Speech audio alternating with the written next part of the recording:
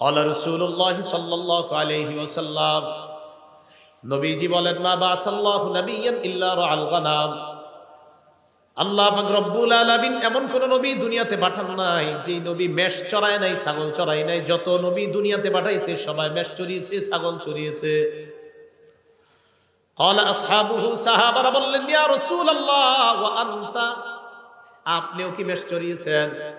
নবীজি জবাব দেয়, কুনতু আরআহা আলা qararit লি আহলি মক্কা, আমি কয়েক দিরহামের বিনিময়ে পারিশ্রমিকে আমি মক্কাবাসীর ছাগল চড়াইতাম। আমি হালাল পারিশ্রমিকে মক্কাবাসীর ছাগল চড়াইতাম, মেষ চড়াইতাম। হালাল উপার্জনের জন্য নবীজি বলেন আমি মেষ চড়াইতাম। তাহলে হালাল উপার্জন করতেন নবীজি মেষ চড়িয়ে, কারণ রসুলদের খাদ্য হালাল হতে হবে। আমাদের নবীও বলেন যে আমি উপার্জন করতাম কিভাবে, মেষ চড়াইতাম, এর বিনিময়ে আমি কয়েক কিরাত দিরহাম পাইতাম। তাহলে নিজের উপার্জিত এই হালাল ইনকামটা, এটা যত কষ্টকর হোক, এটা যদি হালাল হয়, এটার মধ্যে আলাদা একটা শান্তি আছে। সহিহ বুখারী 2072 নম্বর হাদিসের বর্ণনা। আনিল মিকদাম রাদিয়াল্লাহু তাআলা আনহু قال قال رسول الله صلى الله عليه وسلم, মিকদাম রাদিয়াল্লাহু তাআলা আনহুর বর্ণনা, রাসূলুল্লাহ সাল্লাল্লাহু আলাইহি ওয়াসাল্লাম বলেন, হাদিসের অনুবাদটা মন দিয়ে শুনেন, মা আকালা আহাদুন তাআমান ক্বাত্তু খায়রাম মিন আইয়া আকুলা মিন আমালি ইয়াদিহি। কোন মানুষ তার হাতের উপার্জিত হালাল খাদ্যের চাইতে উত্তম খাদ্য আর কখনো খায় না। কোন মানুষ নিজের হাতের, নিজের কষ্টের উপার্জিত হালাল খাদ্যের চাইতে দামি খাদ্য, পবিত্র খাদ্য, এত উত্তম খাদ্য আর মানুষ খায় না।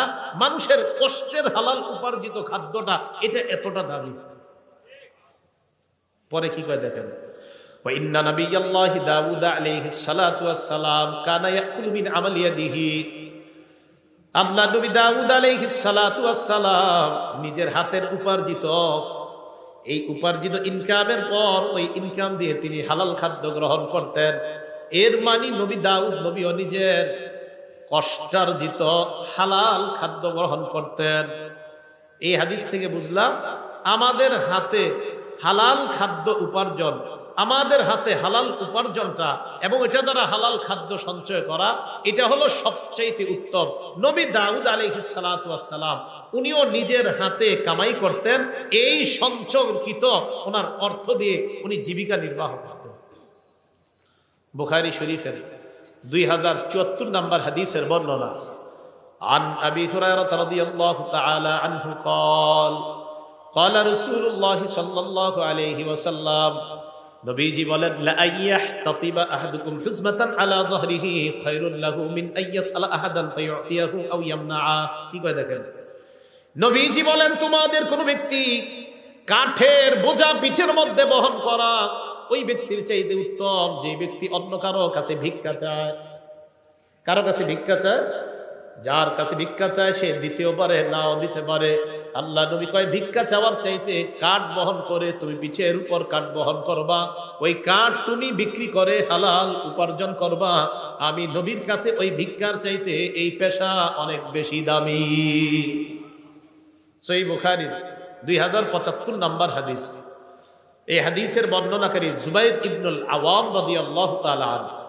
আনি জুবাইর ইবনুল আওয়াম রাদিয়াল্লাহু তাআলা আনহু قال قال رسول الله صلى الله عليه وسلم لا ان ياخذ احدكم احبله خير له من ان يسال الناس। কি কয় দেখেন, তোমাদের কোন ব্যক্তি রশি নিয়ে জঙ্গলে যাইবা, যাওয়ার পর লাকড়ি সংগ্রহ করবা, ওই লাকড়ি রশি দিয়ে বাঁধার পর ওই লাকড়ি বিক্রি করে হালাল উপার্জন করবা, এটা মানুষের কাছে চাওয়ার চাইতে অনেক দামি। তাহলে হালাল উপার্জন অন্য কারো কাছে ভিক্ষা করার চাইতে অনেক দামি। দুইটা হাত ভালো আছে, এই ভালো আছে, দুই হাত পা সব সুস্থ, আপনি ভিক্ষা করার চাইতে হাতে কোনো কাজ টাজ করে হালাল উপার্জন করা, এটা নবীজি দামি উপার্জন বললেন। আমার সাথে একটা বাংলা বলেন, বলেন ভালো মানুষের জন্য ভালো সম্পদ কতই না উত্তম। আবার বলেন ভালো মানুষের জন্য ভালো সম্পদ কতই না উত্তম। এবার একটা হাদিস শুনেন, আল আদাবুল মুফরাদিন, ইমাম বুখারীর লেখা 299 নম্বর হাদিস। আমর ইবনুল আস রাদিয়াল্লাহু তাআলা আনহুর বর্ণনা, তিনি বলেন, বাসাইলাইয়ান নবী সাল্লাল্লাহু আলাইহি ওয়াসাল্লাম, আমর ইবনুল আস রাদিয়াল্লাহু তাআলা আনহু বলেন, আল্লাহ নবী আমার কাছে সংবাদ পাঠিয়েছেন, ফাআমারানি আন আখুযা আলাইয়া সিয়াবি ওয়া সিলাহি সুম্মা আতিহি, আমি যেন যুদ্ধের পোশাক পরে অস্ত্রে শস্ত্রে সুসজ্জিত হয়ে আল্লাহ নবীর কাছে আসি, এই সংবাদ আমার কাছে পাঠাইছেন। আমর ইবনুল আস বলেন, ফাআলতু ফাআতাইতুহু ওয়া হুয়া ইয়াতাওয়াদ্দা, আমি যুদ্ধের পোশাক পরলাম, অস্ত্রে শস্ত্রে সজ্জিত হয়ে আল্লাহ নবীর কাছে গেলাম, গিয়ে দেখি আল্লাহ নবী ওযু করে। নবীজির কাছে যাওয়ার পর ফাসআদা ইলাইয়াল বাসার, নবী আমার দিকে এইভাবে মাথা উঠায়া ভালোভাবে তাকাইলেন, গভীরভাবে আমাকে দেখলেন। আবার বলছি, আমি নবীজির কাছে গেলাম, নবী ওযু করতেছে, আমি যাওয়ার পর নবী গভীরভাবে আমার দিকে তাকায় রয়েছে অনেকক্ষণ। সুম্মা তাআ, এরপর মাথা নিচে নামাইছে। এরপর আল্লাহ নবী আমাকে বলেন, ইয়া আমর, ইন্নী উরিদু আন আবআসাকা আলা জাইশিন ফায়ুগনিমুকাল্লাহ, আমি তোমাকে একটা সেনাবাহিনীর প্রধান বানিয়ে পাঠাইতে চাই। আমার আশা ওই বাহিনীর সাথে যাওয়ার পর যুদ্ধ করবা, আল্লাহ অনেক গনিমতের মালের মালিক তোমাকে বানাবেন। আমর ইবনুল আস এটা যখন শুনলেন, নবী বললেন, ওয়া ইন্নী আরগাবু লাকা মিনাল মালি সালিহা, আমার আশা তোমার যেন কিছু ভালো সম্পদ অর্জন হয়, এটা আমার আশা। আবার বুঝবেন, নবীজি বললেন, আমর, আমার আশা তোমার যেন কিছু ভালো মাল হয়, সম্পদ হয়, এটা আমার আশা, তাই তোমাকে আমি যুদ্ধে পাঠাইতেছি, এবং আমার আশা এই যুদ্ধে আল্লাহ তোমাকে অনেক নিয়ামত দান করবেন। আমর ইবনুল আস বললেন, ইয়া রাসূলুল্লাহ, মা আসলামতু রাগবাতান ফিল মাল, হুজুর আমি তো সম্পদ অর্জন করার জন্য ইসলাম গ্রহণ করি নাই। সুবহানাল্লাহ। ইন্নামা আসলামতু রাগবাতান ফিল ইসলাম, আমি ইসলাম গ্রহণ করেছি ইসলামের আকর্ষণে। ফাকুনু মা রাসূলিল্লাহি সাল্লাল্লাহু আলাইহি ওয়াসাল্লাম, আমার আশা আমি ইসলাম গ্রহণ করার পর আল্লাহ নবীর সাথে থাকতে পারবো, এই আশায় আমি মুসলমান হইলাম। নবীজি বললেন, আমর, নি'মাল মালুস সালিহু লিল মারইস সালিহি, ভালো মানুষের জন্য ভালো সম্পদ কতই না উত্তম। সুবহানাল্লাহ। তুমি একজন ভালো মানুষ, তোমার জন্য ভালো সম্পদ হওয়া, এই ভালো মানুষের জন্য ভালো সম্পদ হওয়া কতই না উত্তম। তাহলে এটা আমার কথা না, এটা নবীজির কথা। ভালো মানুষের জন্য ভালো সম্পদ, এটা কতই না উত্তম। তুমি একটা ভালো মানুষ, তোমার জন্য ভালো সম্পদ হওয়া, এটা অনেক উত্তম, এটা অনেক নেয়ামতের। তাই আমি চাই কিছু হালাল সম্পদ, কিছু হালাল মাল তোমার হয়ে যাক। ভালো মানুষের হালাল মাল হওয়া এটা দোষণীয় না, বরং ভালো মানুষের ভালো সম্পদ হওয়া এটা কতই না উত্তম, এটা আল্লাহর পক্ষ থেকে তার জন্য নিয়ামত। আল্লাহ আমাদের সকলকে হালাল উপার্জন করার তৌফিক দান করেন। এবার আসেন হালাল হারামের ব্যাপারে কিছু কথা। হালাল উপার্জন বা হালাল খাদ্য খাওয়ার জন্য আল্লাহ আদেশ করেছেন। কে আদেশ করেছেন? এটা সব মানুষদেরকে আদেশ করেছেন।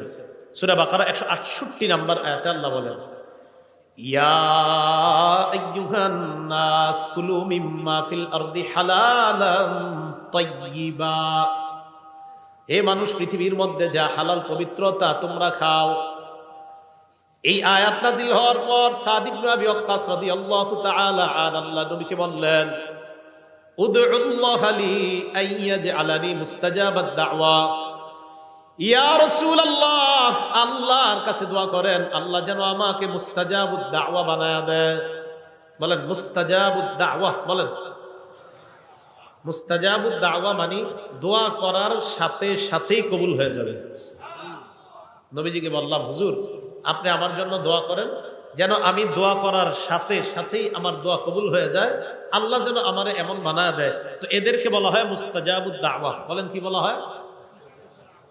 নবীজি বললেন, ইয়া সাআদ আতিব মাতআমাক তাকুন মুস্তাজাবাদ দাওয়া, সাআদ হালালটা পবিত্র করো, সাআদ খাবারটা পবিত্র করো, সাআদ খাবারটা পবিত্র করো, সাআদ হালাল খাদ্য খাও, তাকুন মুস্তাজাবাদ দাওয়া, পেটে হালাল ঢুকাও, তুমি মুস্তাজাবুদ দাওয়া হয়ে যাবা।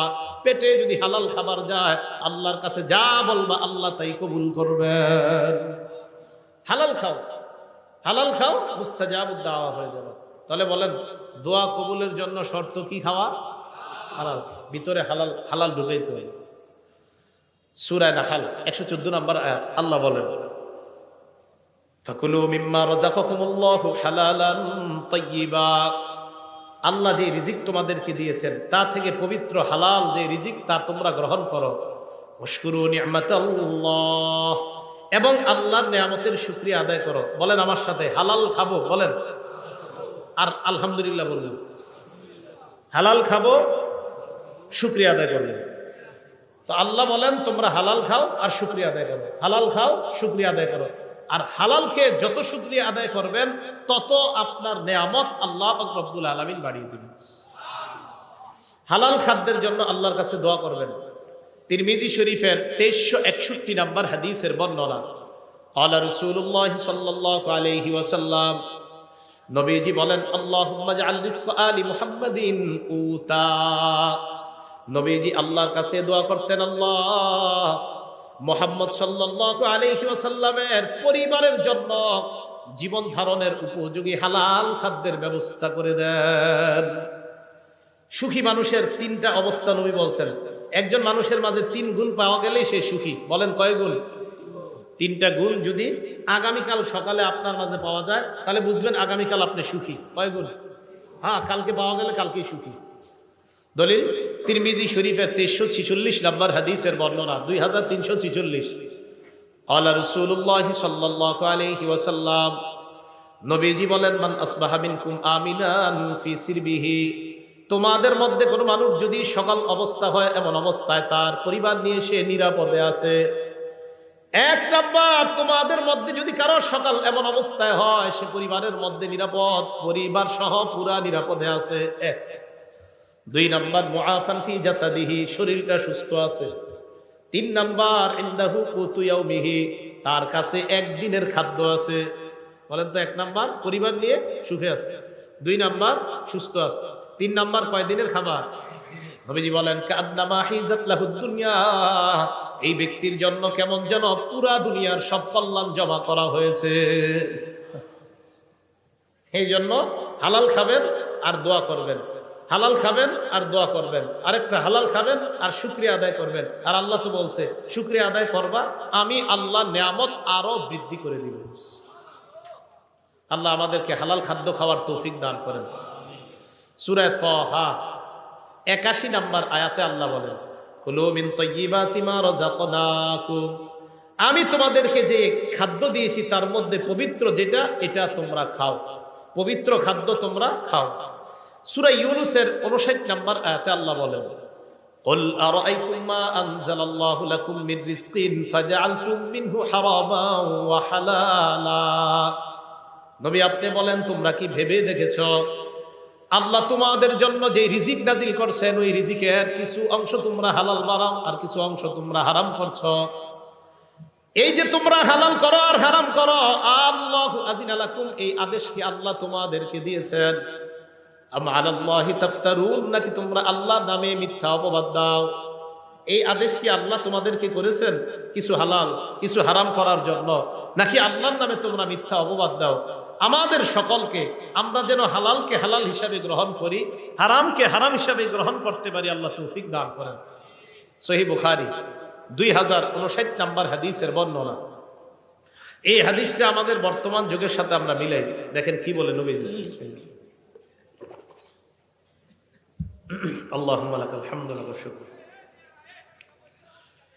عن أبي هريرة رضي الله تعالى عنه قال قال رسول الله صلى الله عليه وسلم, আবু হুরায়রা রাদিয়াল্লাহু তাআলা আনহুর বর্ণনা, নবীজি সাল্লাল্লাহু আলাইহি ওয়াসাল্লাম বলেন ইয়াতি আলান নাসি জামান, মানুষের উপর এমন একটা সময় আসবে লা ইউবালিল মারউ মা আখাযা মিনহু, মানুষ যাচাই বাছাই করবে না কোত্থেকে সে উপার্জন করে,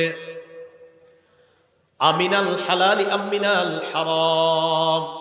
নবীজি বলেন এমন একটা সময় আসবে যে সময় মানুষ পরোয়া করবে না, হালাল কামাই করলো না হারাম কামাই করলো পরোয়া করবে না, পকেটে আসলেই হয়, হালাল হোক আর হারাম হোক এটা পরোয়া করবে না। এই যুগ নবী বলছে আসবে। আপনারা বলেন এটা কি আসবে? তাখরিজু শরহি সুন্নাহ একটা কিতাব। এই কিতাবের 4113 নম্বর বর্ণনা। আন আব্দুল্লাহ ইবনে মাসউদ রাদিয়াল্লাহু তাআলা আনহু قال আব্দুল্লাহ ইবনে মাসউদ রাদিয়াল্লাহু তাআলা আনহুর বর্ণনা, তিনি বলেন, ইয়া আইয়ুহান নাস ইত্তাকুল্লাহ, হে মানুষ তোমরা আল্লাহকে ভয় করো, রিজিক অন্বেষণে তোমরা মধ্যপন্থা অবলম্বন করো। এবার যেটা বলবো অনুবাদটা মন দিয়ে শুনেন, কি কয় দেখেন। লা ইয়াহমিলান্নাকুম ইস্তিবতাউর রিজকি আন তাতলুবুহু বিমাআসিল্লাহ। হালাল পথে রিজিক তালাশ করতে গিয়ে রিজিক আসতে যদি বিলম্ব হয়, আবার বলছি, হালাল পথে রিজিক তালাশ করতে গিয়ে প্রচুর রিজিক আসতে যদি বিলম্ব হয়, রিজিক তালাশ করতেছেন, রিজিক আপনার কাছে আস্তে আস্তে আসতেছে, তো রিজিক তালাশ করতে গিয়ে রিজিক যদি আসতে বিলম্ব হয়, আব্দুল্লাহ ইবনে মাসউদ বলেন, এই রিজিক আসতে বিলম্ব হইলে তোমরা তাড়াতাড়ি রিজিক উপার্জনের জন্য কোন নাফরমানির পথ বাইছে নিবা না। আবার দেখেন কি কয়, লা ইয়াহমিলান্নাকুম ইস্তিবতাউর রিজকি, হালাল পথে রিজিক আসার বিলম্ব হওয়াটা, কি কয় দেখেন, হালাল পথে রিজিক আসার বিলম্ব হওয়াটা লা ইয়াহমিলান্নাকুম, তোমাদেরকে যেন উদ্বুদ্ধ না করে, আন তাতলুবুহু বিমাআসিল্লাহ, হালাল পথে রিজিক আসা বিলম্ব হওয়াটা তোমাদেরকে যেন হারাম পথে দ্রুত রিজিক কামায়ের প্রতি উদ্বুদ্ধ না করে। দোস্তে বলবে, কি রে কি করস, টাকা পয়সা নাই এত, আর বলিস না, ক্ষেত খামার করি কোনো মতে আসে আর কি। আরে আমি কিছু সিস্টেম শিখে আস, নিয়ে গেছে বাজারে, বাজারে গিয়ে কিছু কিছু সিস্টেম শিখাই দিছে যে এই সিস্টেমে তাড়াতাড়ি ধনী হওয়া যায়। ওলামায়ে কেরামের কাছে জিজ্ঞাসা করছে, হুজুর আমাকে এরকম সিস্টেম দিছে, আলেমরা বলছে এটা তো হারাম সিস্টেম, এটা তো সুদি সিস্টেম। কয় না, এখানে তো ইসলামের নামাজ। কিসের নামাজ? কয় এবং ওই অফিসের মধ্যে তো এটাও লেখা, পিছনে সূরা বাকারা 275 নম্বর আয়াতও লেখা আছে, আহাল্লাল্লাহুল বাই'a ওয়া হাররামার রিবা, আল্লাহ ব্যবসা হালাল করেছেন, সুদকে হারাম করেছেন। এটা তো পিছনেও লেখা আছে, এরপরে ওই অফিস কিভাবে হারাম কাজ করে? ইসলামের লেভেল, কোরআনের আয়াত আর হাদিস পিছনে লাগায়া সুদের কারবার যদি কেউ করে, এটা কিয়ামত পর্যন্ত হালাল হবে না, হারাম, এটা হারামই থাকবে। তাহলে লেভেল লাগাইলে হারাম হালাল হয়ে যায় না। কি কথা বুঝে আসছে? আচ্ছা, তিরমিজি শরীফের 2376 নম্বর হাদিসের বর্ণনা, হাদিসটা মন দিয়ে শুনেন। দুটি ক্ষুধার্ত নেকড়ে বাঘ একটি বকরির পালের মধ্যে পাঠায়া দিচ্ছেন, অনেকগুলা বকরির পালের মধ্যে দুটি ক্ষুধার্ত বাঘ পাঠায়া দিচ্ছেন। বকরি থাকবে না সব শেষ হবে?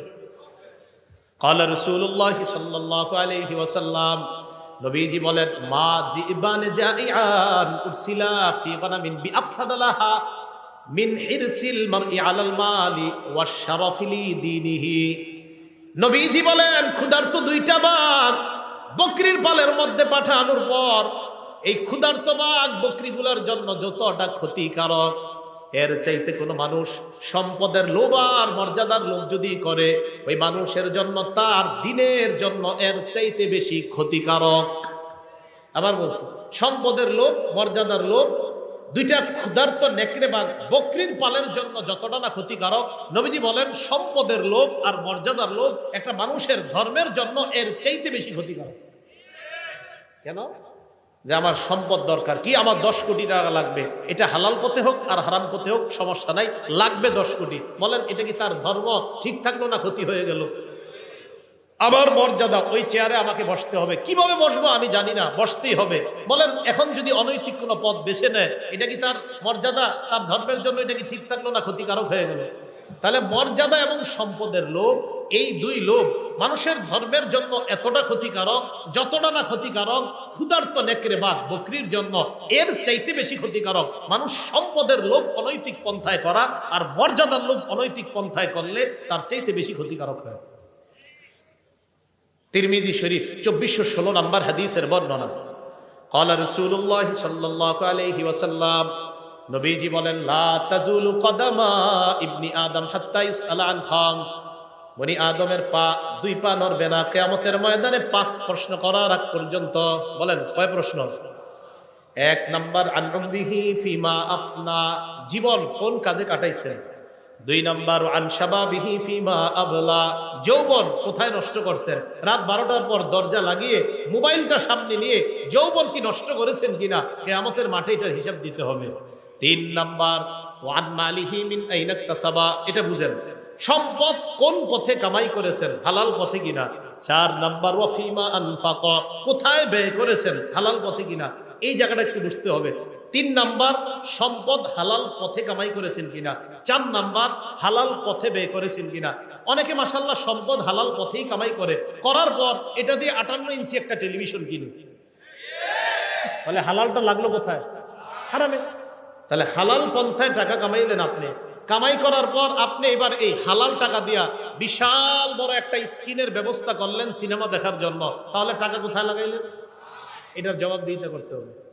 তো 3 নাম্বার হালাল পথে কামাইছেন কিনা, 4 নাম্বার হালাল পথে ব্যয় করেছেন কিনা, 5 নাম্বার ওয়ান ইলমিহি ফিমা বিমা যা আমিলা ফিমা আলিমা, আপনি যা জানলেন সেই অনুযায়ী আমল করেছেন কিনা, এটা কিয়ামতের মাঠে জিজ্ঞাসা করা হবে। এই জায়গাটা একটু বুঝেন। একটু আগে আমি হালাল হারামের ওয়াজ করছি না, জোরে বলেন। সুদ কি? হালাল পন্থায় টাকা কামাই করে হারাম পথে ব্যয় করা, এটা কি জায়েজ না নাজায়েজ? এই যে আমার থেকে বিষয়টা জানলেন, একটা বিদ্যা জানলেন কিনা, জানার পরে যদি আপনি ঠিকমতো আমল না করেন কিয়ামতের মাঠে এটা জবাবদিহিতা করতে হবে। 5 নাম্বার প্রশ্ন, তুমি যা জানলা ওই জানা অনুযায়ী আমল করছো কিনা। এই যে এতক্ষণ পর্যন্ত আপনি জানলেন হালাল কোনটা হারাম কোনটা, এখন আমার থেকে যে জানলেন তার মানে একটা বিদ্যা জেনে ফেললেন, এই বিদ্যা অনুযায়ী সঠিকভাবে আমল করছেন কিনা এটা কিয়ামতের মাঠে আপনাকে জিজ্ঞাসিত হতে হবে। সুদ কি জানছেন নি? জোরে বলেন, সুদ কি? এটা কি জানছেন? তো খবর আছে। আল্লাহ বুঝার তৌফিক দান করেন। এখন আপনি সঠিক পথে চলার জন্য কি দরকার? আপনি যার সাথে চলাফেরা করবেন এই মানুষটা ভালো হতে হবে। বুঝেন নাকি? যার সাথে চলবেন তিনি কি হতে হবে? তিরমিজি শরীফ 1378 নাম্বার হাদিস, ক্বালা রাসূলুল্লাহ সাল্লাল্লাহু আলাইহি ওয়াসাল্লাম, নবীজি বলেন, আর রাজুলু আলা দীনি খালিলিহি ফালয়ানজুর আহাদুকুম মাইয়ু খালিল। নবীজি বলেন, মানুষ তার বন্ধুর রীতিনীতির অনুসারী হয়। তোমাদের প্রত্যেকে যেন চিন্তা করে কাকে বন্ধু বানাও। সুদখোরকে যদি বন্ধু বানান আপনারও এটা সুদখোর বানাবে। বন্ধু কারে বানাইতেছেন এটা আপনি বুঝে শুনে বানাইতে হবে। মানুষ তার বন্ধুর রীতিনীতির অনুসারী হয়, অতএব মানুষ যেন চিন্তা করে যে সে কাকে বন্ধু বানায়। আল্লাহ আমাদের জীবনে একজন প্রকৃত বন্ধু আল্লাহ আমাদেরকে ব্যবস্থা করে দেন।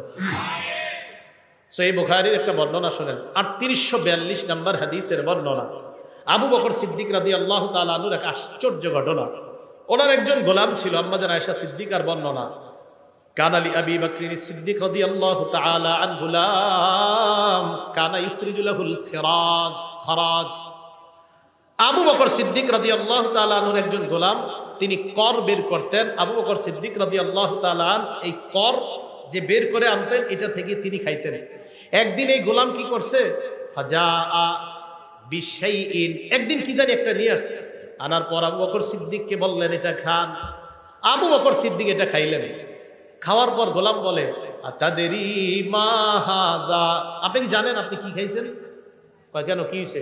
কয় কুনতু তাকাখানতু ফিল জাহিলিয়া, আমি জাহিলি যুগে গণনা করতাম, ভাগ্য গণনা করতাম। কি গণনা করতাম? ভাগ্য।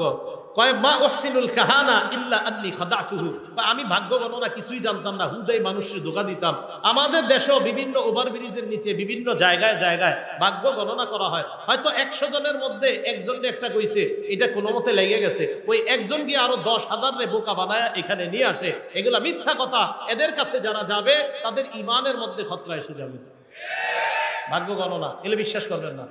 তো উনি বলেন, আমি মানুষের ধোঁকা দিতাম, হুদায় আমি ভাগ্য গণনা করতে পারতাম না।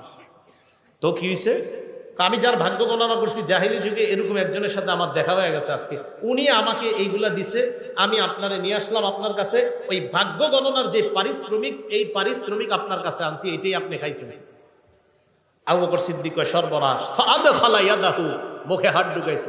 ফাকাআ কুল্লা শাইইন ফি বাতনিহি, পেটে যা ছিল মুখে হাত ঢুকায়া সব বমি করে ফেলায় দিছে।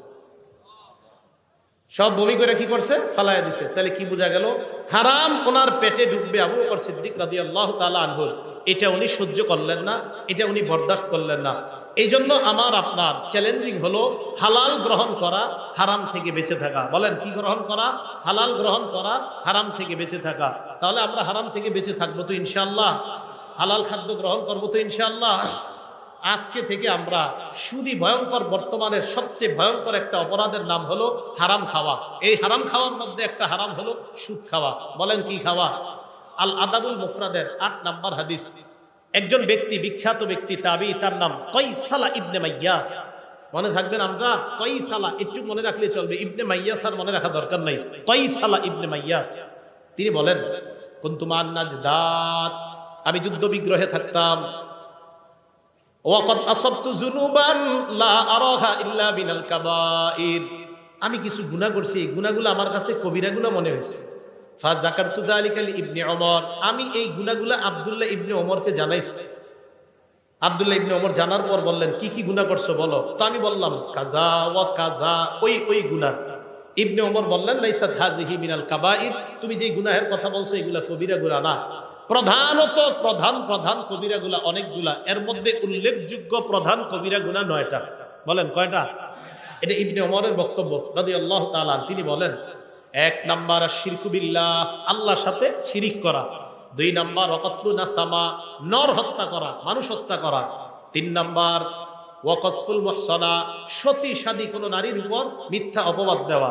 4 নাম্বার ওয়াকলুর রিবা, সুদ খাওয়া। 5 নাম্বার ওয়াকলু মালিল ইয়াতীম, এতিমের সম্পদ অন্যায়ভাবে ভক্ষণ করা। কি করা বলেন তো? এতিমের সম্পদ অন্যায়ভাবে ভক্ষণ করা। 6 নাম্বার ওয়াল ফিরারু মিনাজ জাহফি, জিহাদের ময়দান থেকে পলায়ন করা। 7 নাম্বার ওয়া ইলহাদুন ফিল মসজিদি, মসজিদের মধ্যে ধর্মদ্রোহী কাজ করা। 8 নাম্বার আল্লাযী ইস্তাসখিরু, ধর্ম নিয়ে উপহাস করা। 9 নাম্বার ওয়া বুকাউল ওয়ালিদাইনি মিনাল উকুক, আপনার নাফরমানির কারণে পিতামাতার চোখ দিয়ে পানি আসা, এটাও ভয়ঙ্কর 9 অপরাধের অন্তর্ভুক্ত। আপনি খারাপ আচরণের কারণে পিতা মাতার চোখ দিয়ে পানি আসা। এই 9টার মধ্যে আকলু রিবা, দেখেন সুদ খাওয়া আছে। বলেন সুদ খাওয়া আছে? তাহলে সুদের কথাটা এইখানে আনলেন। সহিহ বুখারী 766 নাম্বার হাদিস, সেখানে রাসূল সাল্লাল্লাহু আলাইহি সাল্লাম বললেন, ইজতানিবুস সাবআল মুবিকাত, 7টি ধ্বংসাত্মক অপরাধ থেকে বাঁচো। এর মধ্যে রাসূল সাল্লাল্লাহু আলাইহি সাল্লাম 4 নম্বরে সিরিয়ালে আকলু রিবা, সুদ খাওয়ার কথা বলেছেন। কি খাওয়া বলেন তো? সুদ খাওয়া। তাহলে সুদ এটা ভয়ঙ্কর অপরাধ, এটা হারাম খাদ্যের মধ্যে একটা ভয়ঙ্কর হারাম হলো সুদ খাওয়া। আল্লাহ আমাদের এই পুরা সমাজকে সুদ মুক্ত একটা সমাজ যেন সবাই মিলেমিশে আমরা সবাই গঠন করতে পারি, আল্লাহ তৌফিক দান করেন।